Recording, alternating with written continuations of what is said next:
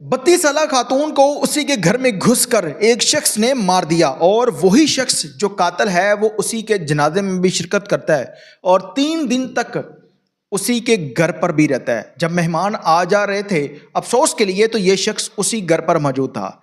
इसने उस 4 बच्चों की मां का क्यों किया और इसकी दुश्मनी क्या थी और ये शख्स 4 दिन के बाद कैसे पकड़ा गया, 4 दिन तक ये क्यों नहीं पकड़ा गया, वाक़या कहाँ का है, तमाम तर तफसीलात इस व्लॉग के अंदर आप लोगों के साथ शेयर। आप देख रहे हैं मेरा डिजिटल चैनल, मैं हूं आपका मेज़बान उमैर अली। एक ऐसी वारदात जिस पर पुलिस ने 4 दिन तक लगातार मेहनत की है और इस मुलज़म को गिरफ्तार कर लिया गया।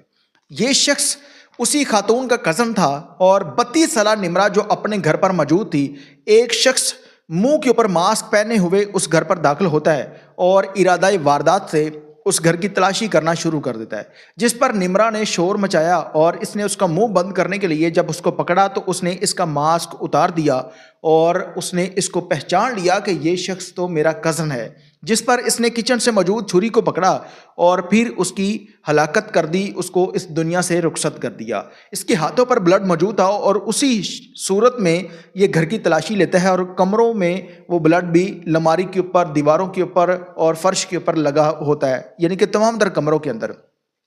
उसके बाद ये उस अलमारी से 10 लाख चोरी करता है, जबकि उसी अलमारी के अंदर 12 लाख रुपए और भी मौजूद थे, 9 तोले जेवर भी मौजूद था।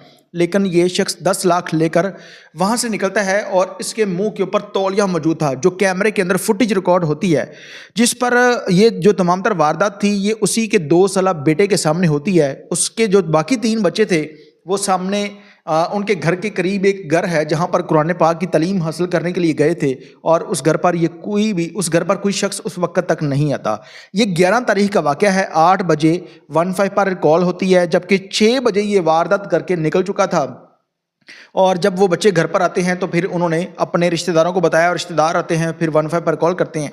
अब पुलिस जब उस घर पर पहुँचती है तो जाहिर सी बात है कि इसने इरादा वारदात के नीयत से उसको मारा था, तो पुलिस को समझ लग जाती है कि अगर कोई शख्स वारदात करे तो वो किसी को मारने के बाद घर की तलाशी नहीं लेता, बल्कि वो फिर उस घर से निकलने की करता है, या फिर वो पहले तमाम तर चीज़ों को कब्जे में ले लेता है, पकड़ लेता है और फिर वो किसी न किसी को मार देता है। लेकिन इसने उसको मारने के बाद तलाशी ली थी, जिस पर पुलिस को डाउट था कि जिस शख्स ने ये कारनामा किया है वो इसी की फैमिली में से या इन्हीं का कोई जानने वाला है।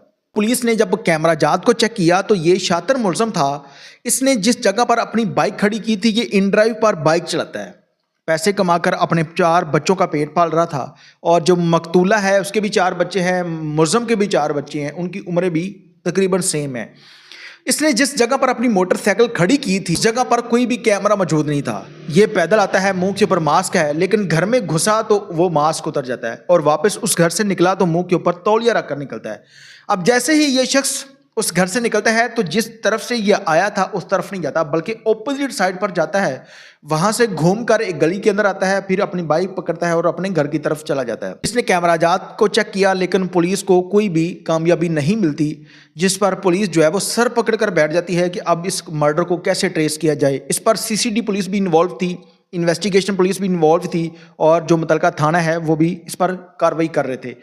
फिर होता कुछ यूँ है कि ये शख्स जिस वक्त वारदात करता है उससे 2 से 3 घंटे पहले की फुटेज वहां पर आसपास के कैमरा जात, तकरीबन 400 से जायद कैमरा जात को चेक किया गया।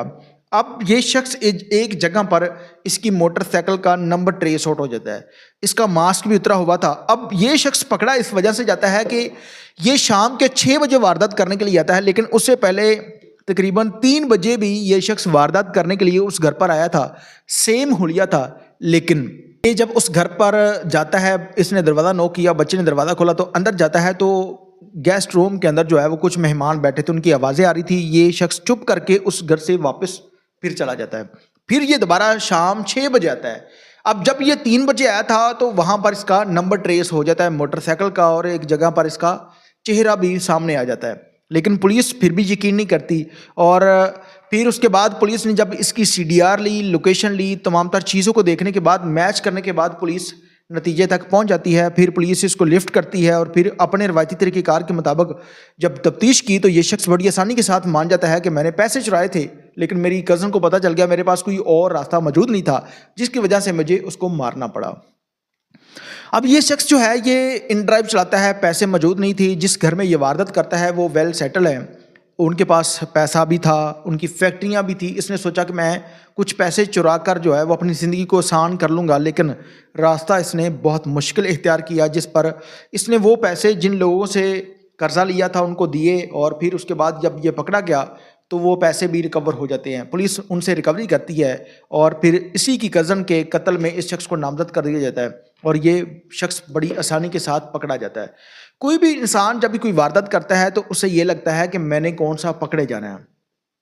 4 دن تک پولیس مسلسل اس پہ محنت کرتی ہے اور چوتھے دن جا کر یہ شخص پکڑا جاتا ہے. اس لیے کبھی بھی کوئی ایسی واردات نہ کرے, کبھی بھی کوئی ایسا کام نہ کرے جو آپ کے ذہن میں ہو کہ میں اپنی زندگی کو آسان کر لوں گا اور میرا کون سا کسی کو پتہ چلنا ہے. اس نے بڑی ٹیکنیکل طریقے سے موٹر سائیکل بھی ایک ایسی جگہ پر کھڑی کی تھی کہ کسی کو پتہ نہ چلے, میں لوکیشن یا مطلب وہ کیمرے کے اندر بھی نہیں آؤں گا, اور منہ کو کور کر کے اس گھر پر جاتا ہے, لیکن پکڑا پھر بھی جاتا ہے. اس لیے تمام تر لوگوں سے گزارش ہے کہ اپنے گھروں کا راز کبھی بھی کسی رشتہ دار کو نہ بتائیں, کسی کے ساتھ اپنے گھر کی بات شیئر نہ کریں, ورنہ کل کو کوئی بھی شخص جو ہے حسد میں یا بغض میں آپ لوگوں کے ساتھ کوئی ایسی واردات نہ کر دے. اس پر دیکھتے ہیں کہ اب پولیس اس ملزم کو سزا جدا کیا دیتی ہے. تمام تر لوگوں سے گزارش ہے کہ اپنی قیمتی رائے کا اظہار کمنٹ سیکشن کے اندر لازمی کیجیے گا. اللہ نے کے بعد